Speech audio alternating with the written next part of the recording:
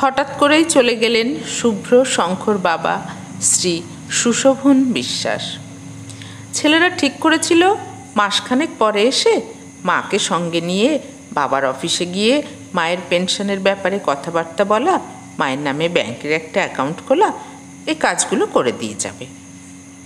কিন্তু প্রতিমা দেবী নিজেই যখন সুশোভনের অফিসে গিয়ে বিভাগীয় প্রধানের সঙ্গে দেখা করে কথাবার্তা বলে কাছাকাছি একটা স্টেট ব্যাংকের শাখায় নিজের নামে অ্যাকাউন্ট খুলে পেনশনের ব্যবস্থা করে নিলেন, তখন সেই ঘটনাটা দুই ছেলেকে বেশ অবাক করে দিল। বড় বৌমা অন্বেষা বলল, তোমাদের মা সেই আমলের গ্র্যাজুয়েট, পারবেন না কেন? শুভ্র শঙ্খ দুজনেরই বক্তব্য, তাহলে তো আমাদের আর কোনো যাওয়ারই দরকার নেই।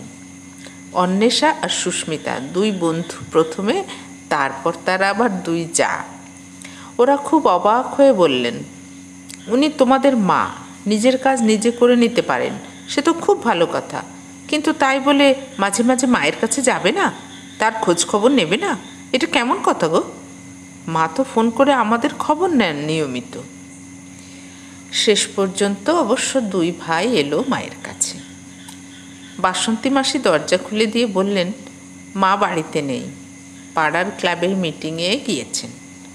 একটি পত্রিকা প্রকাশ করার ব্যাপারে হঠাৎই আজ সকালে এই বিশেষ মিটিংয়ের ব্যবস্থা। শুভ্রর মনের কথা শঙ্খ বুঝতে পেরে গেল। ও বলল, মা তো আগেও একটু লেখালেখি করতো দাদা, তাছাড়া এখন এই সময় এসব নিয়ে একটুখানি ব্যস্ত থাকা তো ভালোই। ও দাদা বলল, কিন্তু বাবা থাকলে তো এসব করতে দিতেন না? দিতেন? তোর মনে নেই সেই যেবার মায়ের একটা লেখা পাড়ার পুজোর ম্যাগাজিনে ছাপা হয়েছিল, তাই নিয়ে কি অশান্তিটাই না হয়েছিল? ভাই তখন বলল, দিনকাল পাল্টে গেছে দাদা, মাকে এখন একা একা থাকতে হয়, একটা কিছু নিয়ে থাক না, আমরা কেউ তো এখানে থেকে যেতে পারছি না, চাকরির জন্যে আমাদের তো ফিরতেই হবে। ছোট ভাই বোঝাতে চেষ্টা করল, কিন্তু দাদা ক্রমশ রাগত স্বরে বলে উঠল, হ্যাঁ, একা থাকে বলেই তো চিন্তা করছি। এখনকার ক্লাবের ছেলেদের আমরা কতটুকু চিনি, কার মনে কি আছে, কেমন লোকজনের সাথে মেলামেশা করছে কে জানে। কোন দিন দেখবি আমাদের বাড়িতেই না সভা অনুষ্ঠান হচ্ছে, এই করে বাড়িঘর ধরি দেখো দখল করে নেবে, আমার আবার তোমার ওই পাড়ার ক্লাব। কি হয়েছে, কি নিয়ে এত তর্ক বিতর্ক হচ্ছে শুনি? বলতে বলতে প্রতিমা দেবী ঘরে ঢুকলেন। শুভ্র সঙ্গে সঙ্গে স্নান করতে বাথরুমে ঢুকে গেল। শঙ্খ নিচু হয়ে প্রণাম করে বলল, কেমন আছো মা? ছেলে চিবুক ছুঁয়ে হেসে প্রতিমা দেবী বললেন, ভালো আছি বাবা, ভালো থাকার জন্য চেষ্টা করে যাচ্ছি। তোমরা কেমন আছো? আর আমার বৌমারা?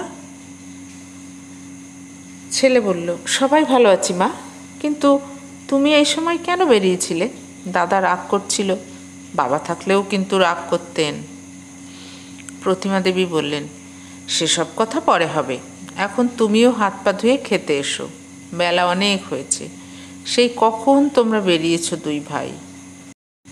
শুভ্র ও শঙ্খ খাওয়া দাওয়া সেরে পুরো বাড়িটা ঘুরে ঘুরে দেখল। তিনতলার ছাদে, একতলার বারান্দায়, রান্নাঘরের বিভিন্ন জায়গায়, বেশ কিছু জায়গায় রিপেয়ার করার দরকার। মাকে তারা বললও সে কথা।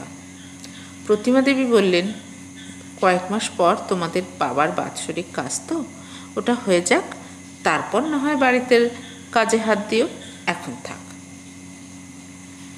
জেঠিমা একবার শুনবে বলে ক্লাবের একটি ছেলে ডাকলো বাইরে থেকে।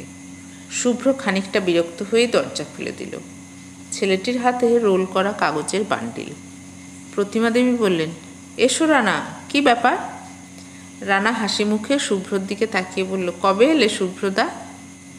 তারপর জেঠিমার হাতে ফিতে বাঁধা কাগজের বান্ডিলটা দিয়ে বলল, সুব্রত কাকু এই লেখাগুলো তোমাকে একবার পড়ে দেখতে বলেছেন, মানে লেখাগুলো পত্রিকার উপযুক্ত কিনা, তারপর বাকিটা উনি করে নেবেন। শুভ্র শঙ্খ অবাক হয়ে মায়ের দিকে চাইল। কোনো কথা না বলে লেখাগুলো যত্ন করে আলমারিতে তুলে রাখলেন প্রতিমা দেবী। পরদিন দুপুরে ছেলেদের পছন্দের খাবার দাবার রান্না করে খাইয়ে বৌমাদের জন্যও কিছু শুকনো খাবার প্যাক করে দিলেন। ছেলেরা রওনা হয়ে গেলে তবে তিনি এসে বসলেন নিজের লেখার টেবিলে।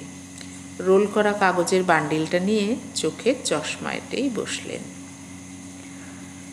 এরই মধ্যে কেটে গেল আরও কয়েকটি মাস।